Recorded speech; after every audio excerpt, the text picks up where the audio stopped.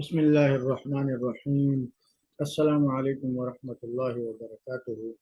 آج کی اس ویڈیو میں ہم آپ کے لیے 11ویں جماعت کی اردو کی کتاب کی ایک اور غزل لے کر آئے ہیں، جس کے شاعر ہیں منیر نیازی۔ تعارف شاعر ہے کہ منیر نیازی 19 اپریل 1928 کو ہوشیار پور کے قصبے خان پور کے ایک پشتون گھرانے میں پیدا ہوئے۔ اپنا نام منیر احمد خان تھا۔ ان کے والد محمد فتح خان محکمہ انہار میں ملازم تھے۔ منیر 1 سال کے تھے جب ان کے والد کا انتقال ہو گیا۔ ان کی پرورش ماں اور چچاؤں نے کی۔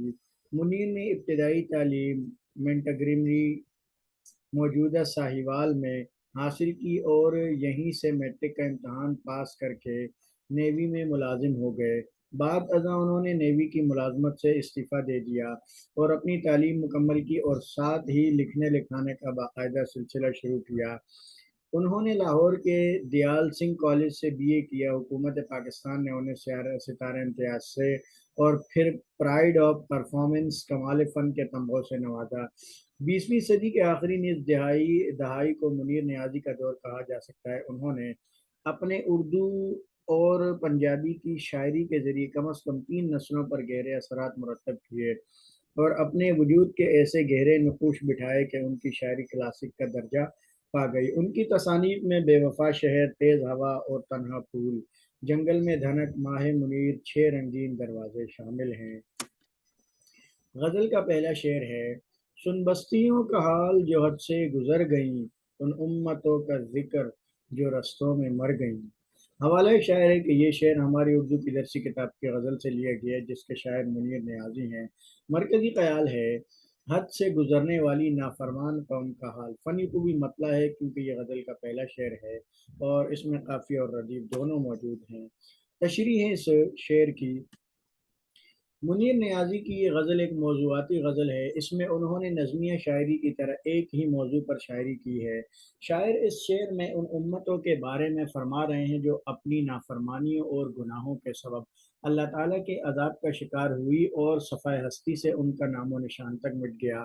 اب ان کے قصے باقی امت کے لوگوں کے لیے قصہ پارینہ بن کر رہ گئے ہیں۔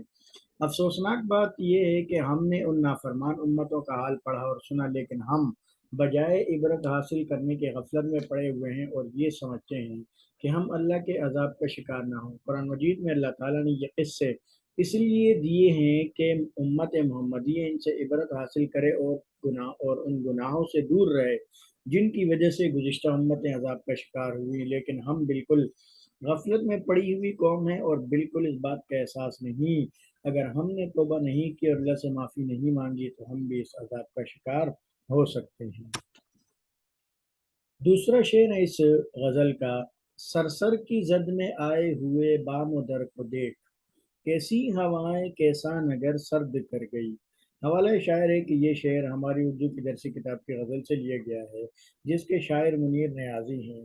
مرکزی خیال ہے: تباہ شدہ قوموں کا حال۔ مشکل الفاظ ہیں: سرسر صحراؤں میں چلنے والی ہوا، بام و در چھت اور دروازے، اور سرد معنی برباد۔ فنی خوبی صنعت علمی ہے۔ صنعت علمی کا معنی ہے شعر میں کسی ایسے لفظ کا ذکر کرنا جس سے ذہن اس واقعے کی طرف چلا جائے، یعنی ذہن میں وہ واقعہ تازہ ہو جائے۔ تشریح ہے اس شعر کی کہ پچھلے شعر کے موضوع کو آگے بڑھاتے ہوئے شاعر فرماتے ہیں کہ قوم سمود ایک ایسی قوم تھی جن کے لمبے لمبے قد تھے اور پہاڑوں کو تراش کر اپنے لیے گھر بناتے تھے۔ قرآن مجید میں اللہ تعالیٰ ان کے بارے میں فرماتے ہیں کہ ہم نے ان جیسی کوئی قوم دوبارہ پیدا نہیں کی جب انہوں نے اللہ تعالیٰ کی نافرمانی کی اور معافی مانگنے کے بجائے سرکشی پر اتر آئے تو ان پر اللہ تعالیٰ نے طوفانی ہواؤں کا ایسا عذاب بھیجا کہ اس ہوا نے ان کو اور ان کی آبادیوں کو اٹھا اٹھا کر پھینکا، جیسا کہ تنکے ہوا میں اڑتے چلے جاتے ہیں۔ قرآن نے اس کی تشریح اس طرح کی ہے کہ عذاب کے بعد وہ ایسے گرے پڑے تھے جیسے کھجور کے بڑے بڑے تنے کسی نے کاٹ کر پھینک دیے ہوں اور ان کی بستیاں ویران اور تباہ و برباد ہو چکی ہوں۔ تیسرا شعر ہے: کیا باب تھے یہاں جو صدا سے نہیں کھلے، کیسی دعائیں تھی جو یہاں بے اثر گئی۔ حوالہ شعر گزشتہ اشعار کا مرکزی خیال ہے نافرمان قوم کی دعائیں قبول نہیں ہوتی، مشکل الفاظ ہے صدا، اس کا مطلب ہے آواز لگانا۔ تشریح ہے، اس شعر میں شاعر فرماتے ہیں کہ اللہ تعالیٰ کی ذات مہربان ذات ہے جو ہر ایک کی سنتا ہے۔ قرآن پاک میں اللہ تعالیٰ کا ارشاد ہے کہ تم مجھے پکارو میں تمہاری پکار کا جواب دوں گا، لیکن جب قومیں حد سے گزر جاتی ہیں اور کھلم کھلا نافرمانی پر اتر آتی ہیں، لوگوں کا حق مارنا شروع کر دیتی ہیں، مظلوم کی داد رسی ختم ہو جاتی ہے، پھر اس قوم کی دعائیں قبول نہیں ہوتی جب تک کہ وہ قوم اپنی اس نافرمانی کو چھوڑ کر توبہ نہیں کر لیتی۔